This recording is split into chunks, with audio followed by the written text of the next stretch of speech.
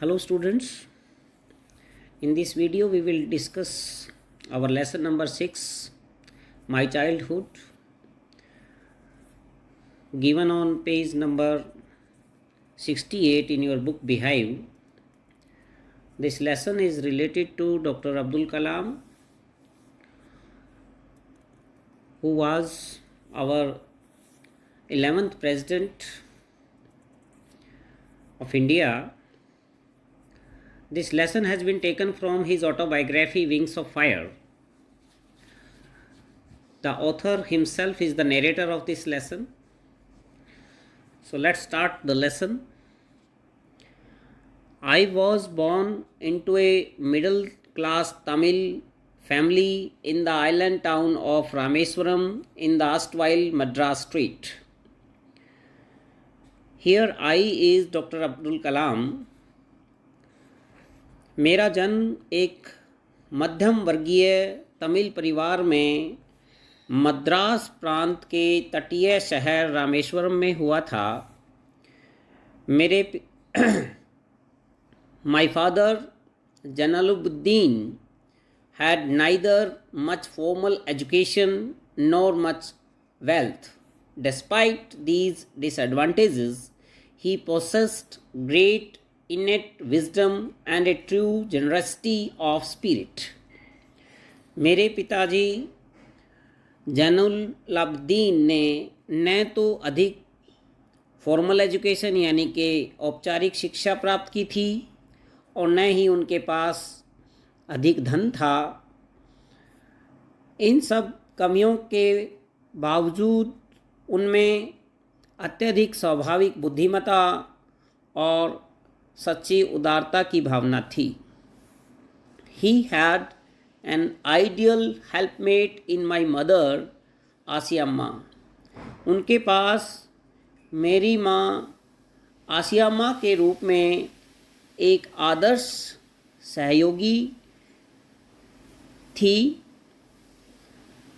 I do not recall the exact number of people she fed every day, but I am quite certain that far from more outsiders ate with us than all the members of our own family put together.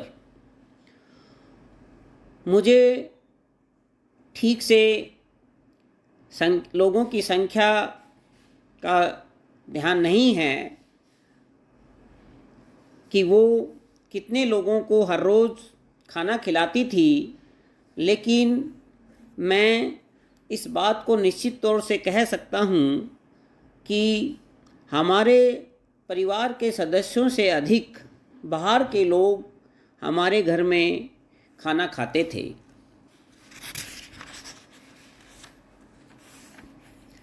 I was one of my children, a short boy with rather undistinguished looks, born to tall and handsome parents. मैं कई बच्चों में से एक था, साधारण सा दिखने वाला एक छोटा लड़का जो लंबे और सुंदर माता पिता के यहाँ पैदा हुआ था. We lived in our ancestral house, which was built in the middle of the 19th century. हम सभी हमारे पूर्वजों द्वारा बनाए गए घर में रहते थे जो कि 19वीं शताब्दी के मध्य में बनाया गया था. It was a fairly large पक्का house made of limestone and brick on the Moss Street in Rameswaram. यह बहुत बड़ा पक्का घर था जो कि रामेश्वरम की मस्जिद वाली गली में ईंटों और चूने से बना हुआ था. लाइमस्टोन का मतलब चूना और ब्रिक का मतलब ईंटें. My austere father used to avoid all inessential comforts and luxuries. Austere means मितव्ययी. मेरे मितव्ययी पिताजी अनावश्यक सुविधाओं और ऐशो आराम की चीज़ों को अवॉइड करते थे या उनसे बचते थे. However, all necessities were provided for in terms of food, medicine or clothes. यद्यपि भोजन के रूप में, दवाई के रूप में या फिर कपड़ों के रूप में जो ज़रूरी वस्तुएं होती थी वो सभी को उपलब्ध करवाई जाती थी या प्रदान की जाती थी. In fact, I would say mine was a very secure childhood, both materially and emotionally. सच में मैं ये कहना चाहूँगा कि मेरा जो बचपन था वो आर्थिक रूप से और भावनात्मक रूप से बहुत ही सुरक्षित था. Now page number 69, paragraph number 3. The Second World War broke out in 1939 when I was 8 years old. 1939 में जब दूसरा विश्व युद्ध शुरू हुआ उस समय मेरी आयु 8 वर्ष की थी. For reasons I have never been able to understand, a sudden demand for tamarind seeds erupted in the market. किन्हीं कारणों से बाज़ार में इमली के बीजों की मांग अचानक बढ़ गई थी जिसे मैं समझ नहीं पाया, उनके कारणों को नहीं जान पाया. Tamarind means इमली. I used to collect the seeds and sell them to a provision shop on Mosque Street. मैं इमली के बीजों को इकट्ठा करता था और मस्जिद वाली गली में एक परचून की दुकान पर उन्हें बेच देता था. A day's collection would fetch me the princely sum of 1 आना. एक दिन में जितने बीज इकट्ठे होते थे उसके बदले में मुझे 1 आना की रकम प्राप्त होती थी या उसके बदले में मुझे 1 आना मिलता था. 1 आना मतलब होता है 6 पैसे और हमारे 1 रुपये में 16 आने होता है तो 100 पैसे का 1 रुपया होता है तो 6 पैसे 1 आना होता है. My brother in law Jalaluddin would tell me stories about the war which I would later attempt to trace in the headlines in Dinamani. मेरा बहनोई जलालुद्दीन मुझे युद्ध की कहानियाँ सुनाता था जिन्हें मैं बाद में दिनामणि नामक अखबार की मुख्य समाचारों में ढूंढने का प्रयास करता था. Our area being isolated was completely unaffected by the war. एकांत में स्थित होने के कारण हमारा जो एरिया था या क्षेत्र था वो युद्ध से पूरी तरह से अप्रभावित था. But soon India was forced to join the Allied forces and something like a state of emergency was declared. किंतु जल्दी ही भारत को संयुक्त सेना में शामिल होने के लिए बाध्य कर दिया गया और आपातकाल जैसी स्थिति घोषित कर दी गई. The first casualty came in the form of the suspension of the train halt at Rameswaram station. इसका प्रथम आघात रामेश्वरम पर रेलगाड़ी के ठहराव को रद्द करने के रूप में सामने आया. यानी कि रामेश्वरम के रेलवे स्टेशन पर ट्रेन को रोकना बंद कर दिया गया. The newspapers now had to be bundled and thrown out from the moving train on the Rameswaram road between Rameswaram and Dhanuskodi. अब समाचार पत्रों को बंडलों के रूप में बांधकर चलती हुई रेलगाड़ी से बाहर रामेश्वरम और धनुषकोडी के बीच रोड यानी कि सड़क के ऊपर फेंक दिया जाता था. That forced my cousin Samsudeen, who distributed newspapers in Rameswaram to look for a helping hand to catch the bundles, and as if naturally I filled the slot. इससे मेरा जो चचेरा भाई शमसुद्दीन था, जो कि रामेश्वरम में समाचार पत्र यानी कि अखबार बांटने का कार्य करता था, उसे यह मजबूर होना पड़ा कि बंडल पकड़ने के लिए किसी न किसी की सहायता लेनी पड़ी, और स्वाभाविक रूप से मैंने इस खाली स्थान को भर दिया। यानी कि जो सहायक उसे चाहिए था उसको मैंने सहायता प्रदान की अखबारों के बंडल को कलेक्ट करने में। Shamsuddin helped me earn my first wages. Shamsuddin ने मुझे मेरा प्रथम मेहनताना यानी कि मजदूरी कमाने में हेल्प की, मदद की। Half a century later I can still feel the surge of pride in earning my own money for the first time. आधी शताब्दी के बाद यानी कि 50 साल के बाद आज भी मैं उस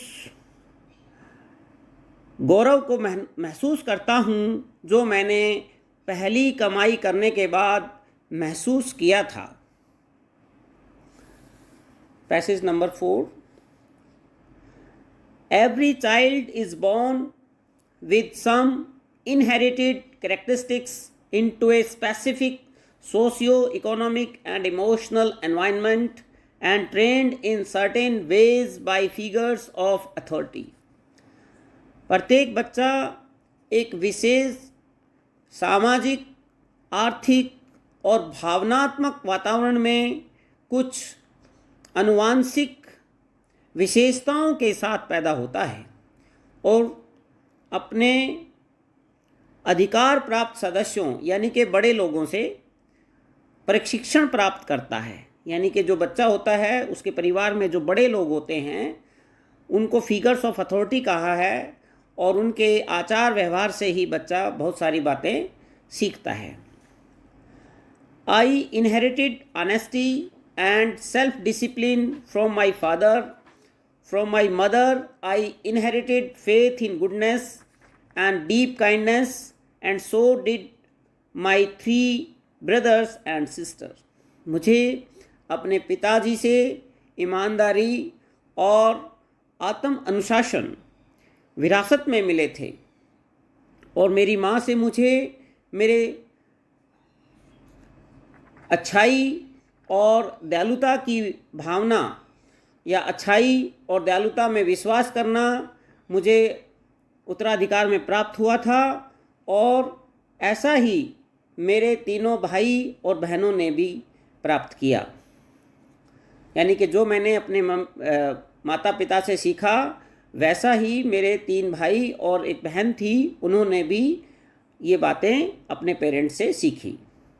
आई had 3 close friends in my childhood, Ramananda Shastri, Aravindan and Shiv प्रकाशन।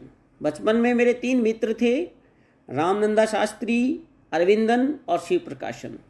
All these boys were from Orthodox Hindu ब्राह्मण फैमिलीज़। ये सभी लड़के रूढ़िवादी हिंदू ब्राह्मणों परिवारों से थे। As children none of us ever felt any difference among us ourselves because of our religious differences and upbringing.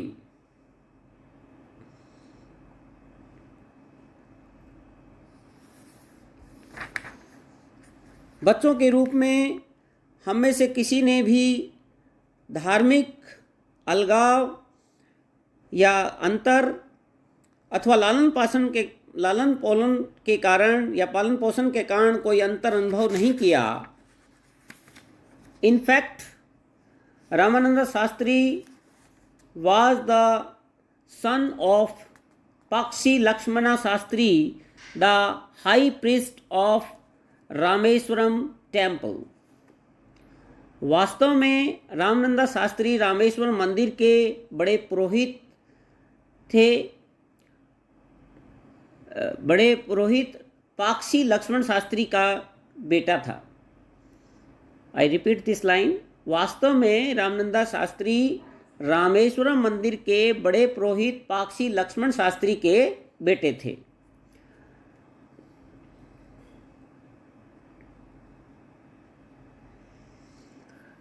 Later he took over the priesthood of the Rameswaram temple from his father.